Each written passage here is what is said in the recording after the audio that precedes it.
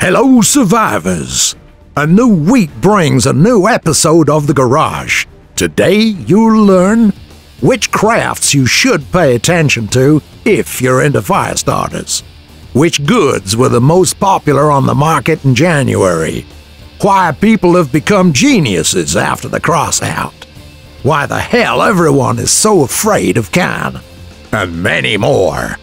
Buckle up, it's go time!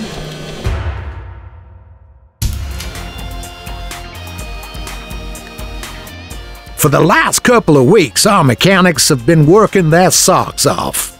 They've been drafting, roaming the garage, clutching their heads, welding the parts, swearing dirty when something went wrong, and then again took the ruler and crudely sharpened pencils. This hasn't happened for the first time, and each time it means the same. There's a new faction, and the opportunities keep you up at night until you create a masterpiece. Until the moment when you look at the new craft and there's a thought in your head, this is it. A ride, which in the foreseeable future will be getting battle trophies for half of the wastes. Enter the special test drive episode with the main Firestarters rides. Watch and choose the one you like. A ride of 5-something thousand points of power for an active combat. A craft with a standard new faction cabin, Batfish, with a light generator. 11 points of energy. Are up for 2 installed up from gory niche flamethrowers and a profiteer harpoon. This is the first exceptionally coherent combination of Firestarter parts, and it's already getting popular. There's nothing extra in this craft. It will live a short, most probably, but a very bright life, while also taking some of the enemy with it. Such ride should attack immediately. The flame flow heats and destroys the parts, while the harpoon prevents the foe from getting away, blocks the drones, or even overthrows the hovers.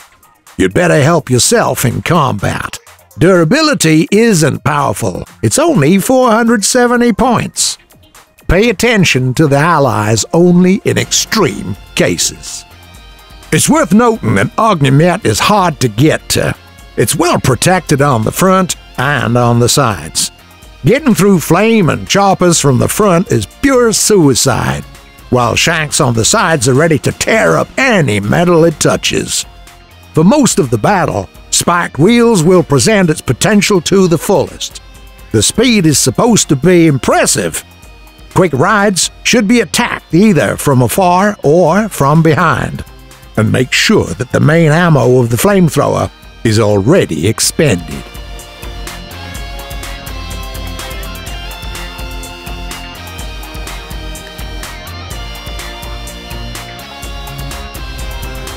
This form factor has 3 variations.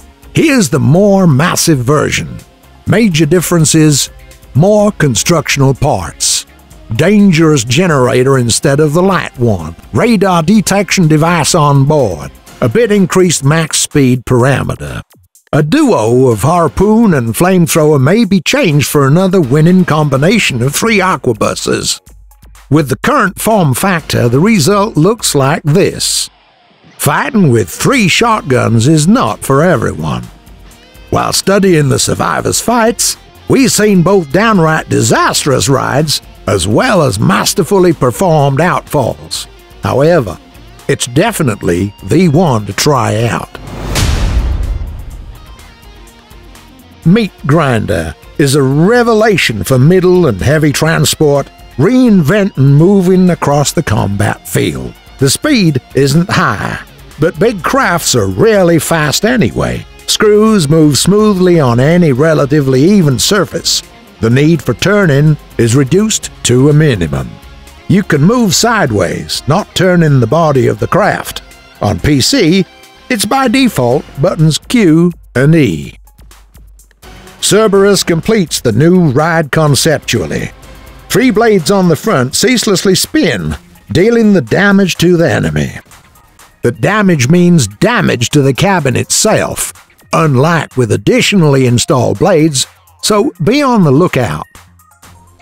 All weaponry of this craft is installed on the front side, and this opens up some unconventional opportunities. Available armory allows for lassoing the enemy. Cut him in with saws and roast him with a flamethrower. You can do this all together, or one at a time. Improvise.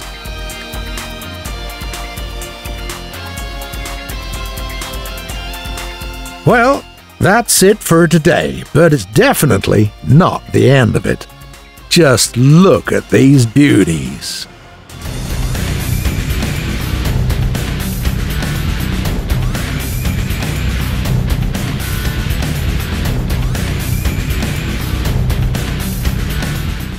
Don't forget to press the bell icon so that you don't miss more Firestarters rides in the upcoming episode of The Garage.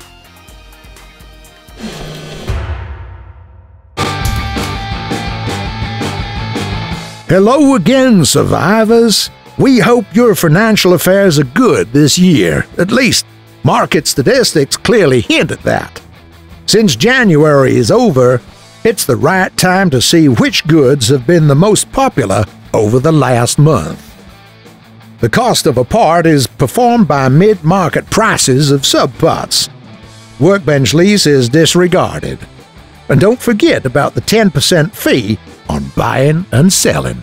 So, top 10 in sales: Hurricane, BC-17 Tsunami, Icarus 7, Reaper, GL-55 Impulse, Pyre, MG-13 Equalizer, Quantum, Cricket 1M, Executioner 88mm.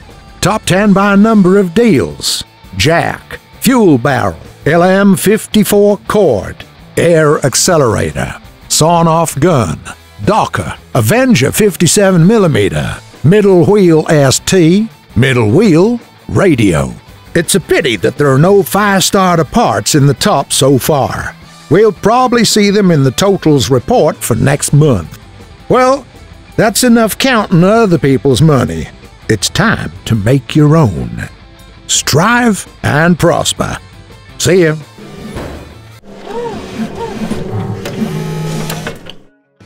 There is a Rides Against AI Leviathans mode, but will there be a Leviathans Against AI mode? We're developing a new mode with Leviathans. Follow the updates. When will Firestarters appear in the Xbox version? We hope that by the time this episode is online, the Pyromania event is already out for Microsoft Console, and a separate section for several questions concerning the world of Crossout, which we've been receiving in vast numbers. Where does Crossout happen? Is this a made-up continent or a real one? The game takes place in the alternative universe, on Earth, after a man-made disaster. If we compare it to our world, the available game zone, named the Valley, is somewhere in the Eastern European area. Which place in the Waste is the most dangerous? It's a tough one to say for sure, but Megapolis does come to mind. It's an industrial region with lots of refugees coming over there after the Crossout. With time, it's become a dangerous dead zone. Lots of snow everywhere, deadly climate. In a word, it's a death-like place. No one goes there. However, the people of the Valley don't know the exact reason for this. Who's Khan, and why is everyone afraid of him? Khan is a bandit, just a very established and charismatic one. His fighting methods are ruthless. With fire and sword, he's united several gangs into Khaganate. He's only getting stronger, and this is why Khan plans expanding to the east. It's not easy to cross the mountains with an army, but the first groups have already succeeded. Is all the planet stricken with an outbreak? Is there a chance that somewhere people are living their usual lives? The outbreak has reached the whole planet. Geography, weather, animals. The Crossout has affected everything. As far as we know, previous life is no more. Some people have obviously obtained more advanced skills. Lunatics are hard to kill, Gone children are super smart. Lots of survivors are building working machines out of dumps, which makes them technical geniuses. What's the reason behind these super skills? The traces of the global change which has affected the humanity are at least noticeable among lunatics. Even the change of eye colors are seen in quite mild form. The rest is explained by the so-called outbursts of genius. They happen uncontrollably because of the crossout effect on the organism. This means that they can happen anytime. However, this has consequences. The gifted ones die quickly because their brain can't handle such stress. Well, that's it for today, survivors. Fight, train, design, and trade. See you in a week right here in the garage. Tell your friends about the show if you like it, and leave your comments. We're always ready to hear you out. Be seeing ya.